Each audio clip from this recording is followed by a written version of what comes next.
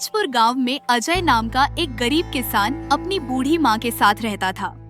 बेटा, आज कुछ खाने को मिलेगा या नहीं? सुबह से कुछ भी पेट में नहीं गया।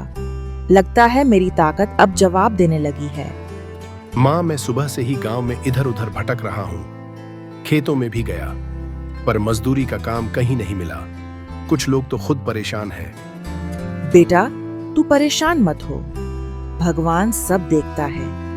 शायद हमारी परीक्षा ले रहा है। माँ, मुझे लगता है कि मैं तुम्हारे लिए एक अच्छा बेटा नहीं बन पाया।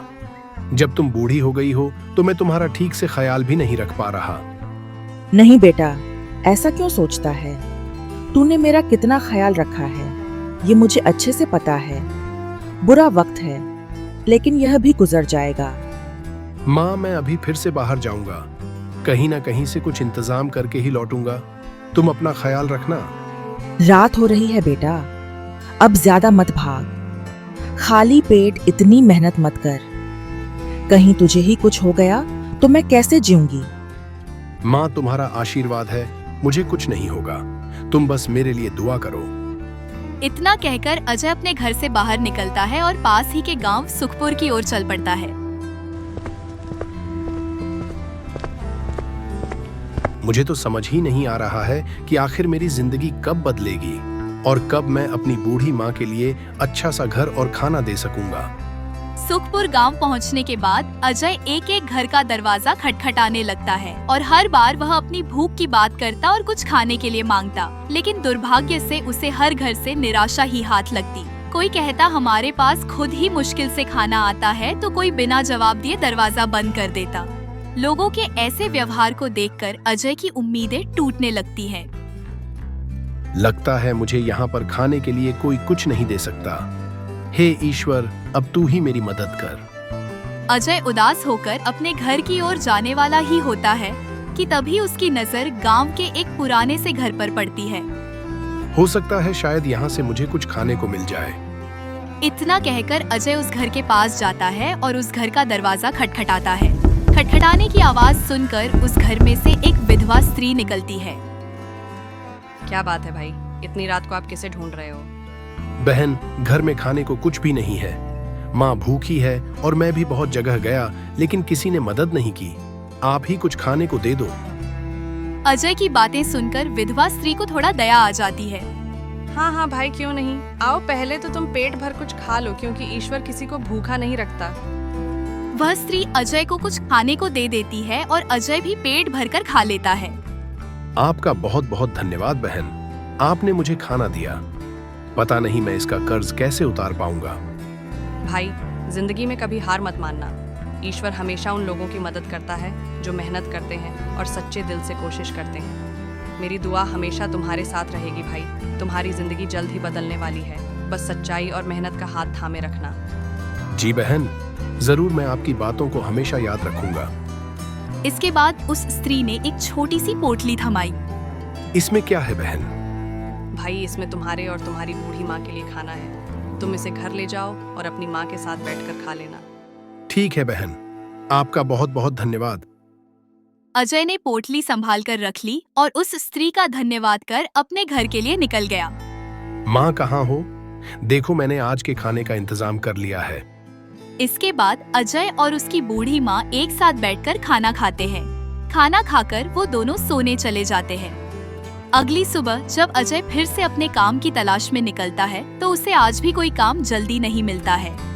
वह काम की तलाश में इधर उधर भटक ही रहा होता है कि तभी उसकी नजर वहाँ के जमींदार हरीश पर जाती है। अजय हरीश जमींदार के पास जाता है। मालिक, मुझे कुछ काम दे दो, क्योंकि कल से मेरे घर में खाने का एक भी अनाज नहीं है। अगर आज भी मुझे कोई काम नहीं मिला तो आज भी हमें ऐसे ही भूखा रहना होगा। अरे नहीं, ऐसा नहीं होगा, क्योंकि मैं भी किसी मजदूर की तलाश में हूँ। अब तुम मुझे मिल ही चुके हो तो मेरी तलाश खत्म हो गई। मुझे अपने खेत में काम कराना है, लेकिन मैं वहीं बैठकर देखूंगा कि तुम ठीक से काम कर रहे हो या नहीं। ठीक है मालिक, आप वहीं पर मेरे साथ रहना। इसके बाद अजय हरीश के खेत में चला जाता है और पूरी लगन से काम करने लगता है और हरीश पास ही के एक पेड़ के नीचे बैठ जाता है। अजय दिन भर खेत में काम करता है और उसके बाद उसकी दिन भर की मजदूरी हरीश उसे शाम को दे देता है। अजय, मुझे तुम्हारा काम पसंद आया। अगर चाहो तो तुम कल भी यहाँ आकर काम कर सकते हो। जी मालिक, क्यों नहीं। इसके बाद अजय अपने घर जाता है और उस दिन का राशन भी खरीद कर ले आता है। माँ देखो, आज भगवान ने हमारी सुन ली। मुझे आज काम मिल गया और यह देखो आज की मजदूरी भी लेकर आया हूँ। अब हमारे भूखे सोने का दिन खत्म हुआ। बेटा, ये तो बहुत अच्छी खबर है। तूने इतनी मेहनत की, आखिर आज उसका फल मिला। फिर उसकी बूढ़ी माँ खाना बनाती है और दोनों अच्छे से पेट भरकर खा लेते हैं और उसके बाद सोने चले जाते हैं। इसी तरह कुछ दिन बीत जाते हैं। एक दिन अजय हरीश के खेत में काम कर ही रहा होता है कि तभी वह देखता है कि हरीश उदास मन से एक पेड़ के नीचे बैठा हुआ है। जब अजय हरीश को उदास देखता है तो वह उससे पूछने जाता है। मालिक, आज आप इतना उदास क्यों हैं? क्या हुआ? कोई गंभीर बात है क्या? अरे नहीं अजय, कोई बात नहीं, तुम जाओ, जाकर अपना काम करो। मालिक, साफ साफ दिख रहा है कि आप उदास हैं। आप मुझे बताइए क्या परेशानी है? हो सकता है कि मैं आपकी कोई मदद कर सकूं। नहीं अजय, इस परेशानी का हल किसी के पास नहीं है। अरे मालिक, आप एक बार बताइए तो सही। हो सकता है कि मैं इस समस्या का हल निकाल सकूं। ठीक है तो सुनो। मेरे गांव के 2 जमींदार भाइयों ने मेरी पुश्तैनी जमीन हड़प ली है। वह जमीन मेरे लिए बहुत कीमती है क्योंकि वह मेरे दादाजी ने मेरे लिए छोड़ी थी, लेकिन धोखे से गांव के 2 जमींदार भाइयों ने उस जमीन को हड़प लिया है। मैं इसकी शिकायत पुलिस में भी नहीं कर सकता क्योंकि पुलिस भी उन्हीं का साथ देती है। मालिक, मेरे पास एक तरकीब है जिससे आपकी पुश्तैनी जमीन आपको वापस मिल सकती है। इसके बाद अजय हरीश को सारी तरकीबें बता देता है। अजय की तरकीब सुनने के बाद हरीश को वह तरकीब बहुत पसंद आती है। अरे वाह अजय, क्या शानदार तरकीब निकाली है। अगर मुझे मेरी पुश्तैनी जमीन वापस मिल जाती है तो मैं तुम्हें बहुत बड़ा इनाम दूंगा। अरे नहीं मालिक, इसकी कोई जरूरत नहीं है। अच्छा ठीक है, तुम अपना काम पर लग जाओ और कल से ही इस तरकीब पर लग जाना। ठीक है मालिक। इसके बाद अजय अपना काम करने लगता है।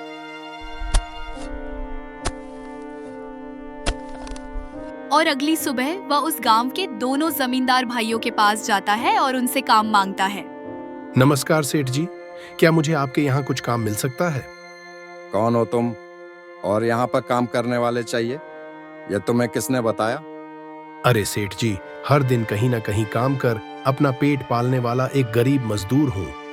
कभी किसी के यहाँ खेती कर लेता हूँ तो कभी किसी के यहाँ मजदूर बनकर जो काम मिल जाए कर लेता हूँ। यह सब तो ठीक है, पर हमारे यहाँ कोई काम नहीं है। क्या सेठ जी? मैंने सुना है पूरे गांव के सबसे बड़े जमींदार आप लोग हो और पूरे गांव में सबसे बड़ी जमीन आप लोगों के पास, तो मुझे लगा कि मुझे यहाँ तो काम आराम से मिल जाएगा। नहीं भाई, हमारे पास कोई काम नहीं है। हमारे पास पहले से बहुत मजदूर हैं। इसका मतलब हरीश सेठ सही कह रहे थे आप लोगों के बारे में? क्या कहा हरीश सेठ ने हमारे बारे में? कुछ नहीं, बस ऐसे ही मेरे मुंह से निकल गया। चलो चलता हूँ। आप लोगों के पास तो कोई काम नहीं है तो मैं यहाँ रुक कर क्या करूँ? संजय के मना करने के बाद अजय जाने लगता है। तभी विजय संजय से उसे रोककर पता लगाने बोलता है कि हरीश ने उनके बारे में अजय को क्या बोला है। अरे रुको भाई, इधर आओ, जरा एक काम है तुम्हारे लिए हमारे पास। संजय के बुलाने पर अजय फौरन उनके पास चला जाता है। अरे धन्यवाद सेठ जी, बोलिए क्या काम है? मैं कोई भी काम करने को तैयार हूँ, आखिर पापी पेट का सवाल है। काम तो हम बता देंगे, पहले तुम ये बताओ हरीश हमारे बारे में क्या बोल रहा था तुम्हें? आपके यहाँ आने से पहले मैं हरीश सेठ के यहाँ काम करता था, परंतु वह एक नंबर के कंजूस और बदतमीज आदमी है। इतनी मेहनत करने पर भी सही मजदूरी नहीं देते थे। इस बात पर कल मेरी उनसे बहस हो गई थी। फिर क्या हुआ? क्या कहा तुमको हरीश ने हमारे बारे में?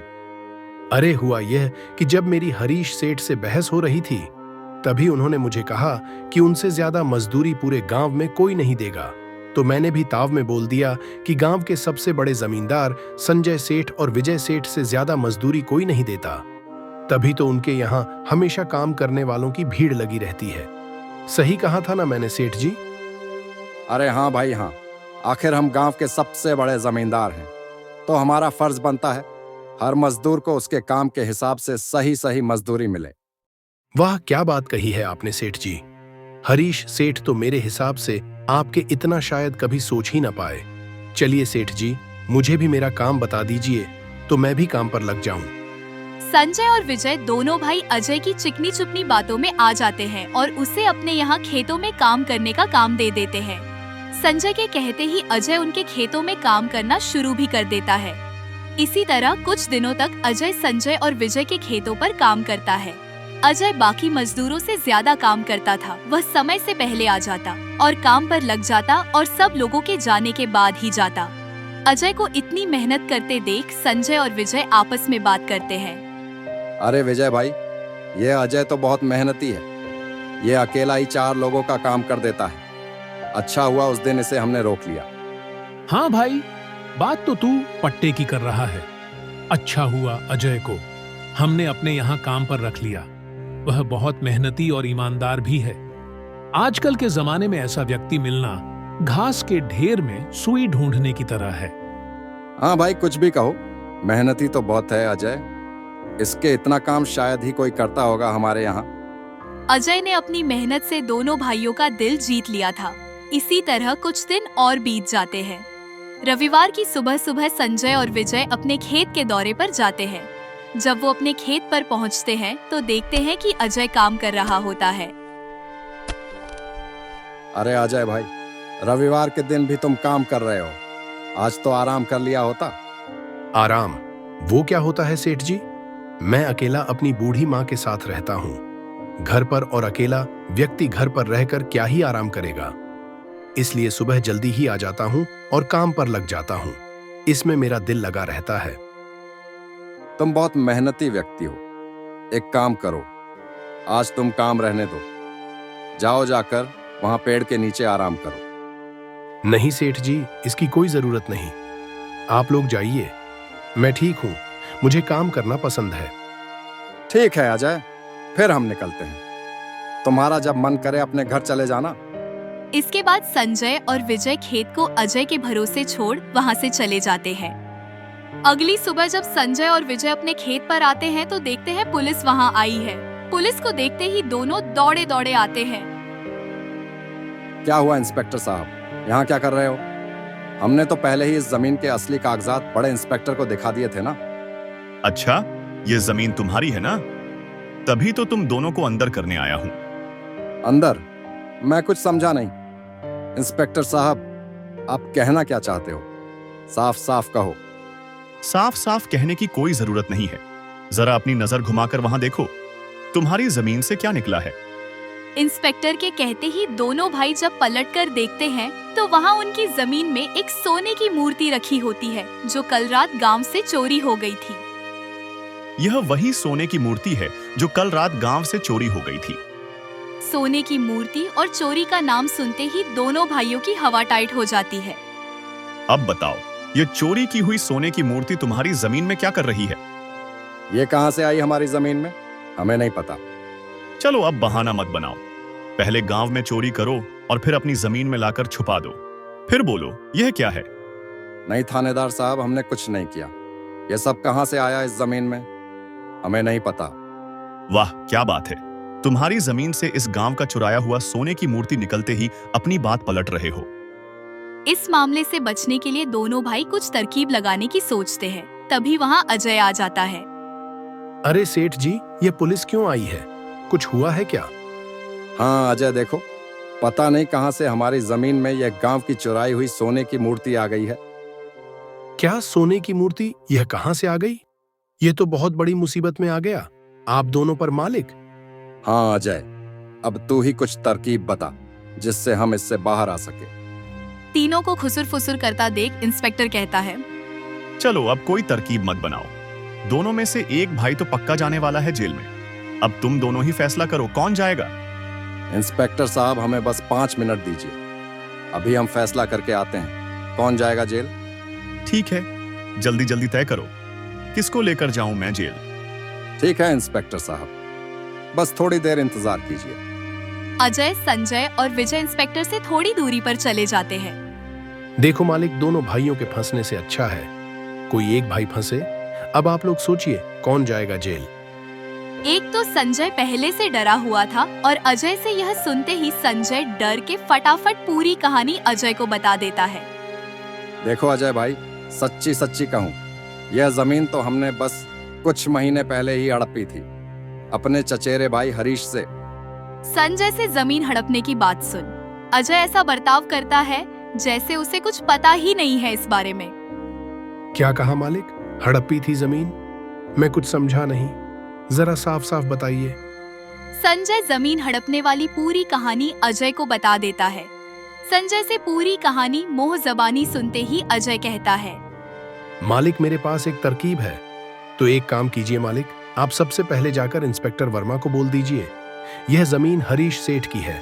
इंस्पेक्टर को बोलना हमने तो बस कुछ महीना पहले ही यह जमीन उनसे बस काम करने के लिए ली है, बाकी का मैं संभाल लूंगा। अरे अजय, पर इससे तो हमारी जमीन हमसे छीन जाएगी, उसका क्या? नहीं मालिक, आप शायद मेरी तरकीब अब तक समझे नहीं। आप जब यह इंस्पेक्टर को बोलोगे यह जमीन हरीश सेठ की है तो पुलिस किसको पकड़ेगी? हरीश सेठ को। और हरीश सेठ के अंदर जाते ही यह जमीन फिर से आप लोग हड़प लेना, समझे? इससे आप लोग भी बच जाओगे और जमीन भी आपकी रहेगी। अजय की तरकीब सुन दोनों भाई दंग रह जाते हैं। वाह अजय भाई, तुम तो बहुत दिमाग वाले हो। आज तक तो तुमने हमें अपने श्रम से प्रसन्न किया था, आज तुम्हारी बुद्धि हमारी जान भी बचाएगी। अजय की तरकीब सुन तीनों इंस्पेक्टर के पास जाते हैं और इंस्पेक्टर को सब वैसे ही बोलते हैं जैसे अजय ने उन्हें कहा था। इंस्पेक्टर साहब, यह जमीन हमारी नहीं है, हमने तो बस काम करने के लिए यह जमीन हमारे चचेरे भाई हरीश से ली थी। वाह, जब तुम खुद फंस गए हो तो अब किसी और को फंसाकर अपने आप को बचाना चाहते हो। नहीं साहब, आपको विश्वास नहीं हो रहा तो अजय से पूछ लीजिए। यह हमारे पास बस अभी काम कर रहा है, इसके पहले यह हरीश के पास काम करता था। बोलो अजय, यह जमीन किसकी है? हाँ इंस्पेक्टर साहब, यह जमीन हरीश सेठ की है। संजय सेठ और विजय सेठ ने तो बस कुछ ही समय से इस जमीन पर काम करना शुरू किया है। अजय से यह सब सुनने के बाद इंस्पेक्टर अजय को हरीश को बुलाने बोलता है। ठीक है, अगर ऐसी बात है तो एक काम करो अजय, जाओ और हरीश को बुला कर लाओ। अजय फौरन जाकर हरीश को बुला लाता है, पर हरीश अपने साथ पूरे जिले के प्रधान को लाता है। सलाम सर जी, आप यहाँ? हाँ, बस यहाँ पास के गांव में सोने की मूर्ति की तलाश कर रहा था तो भीड़ देख यहाँ चला आया।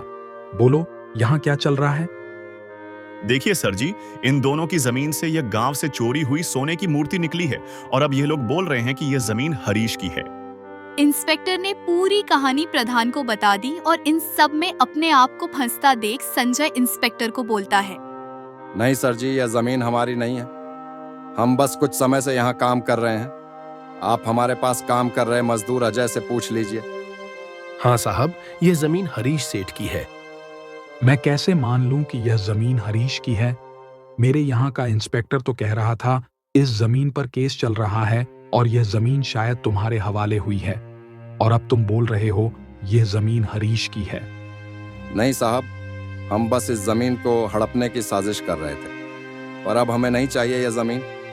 अगर आपको चाहिए तो हम वो केस भी वापस ले लेंगे। इंस्पेक्टर, एक काम करो, तुम जाओ आगे का, मैं संभाल लूंगा।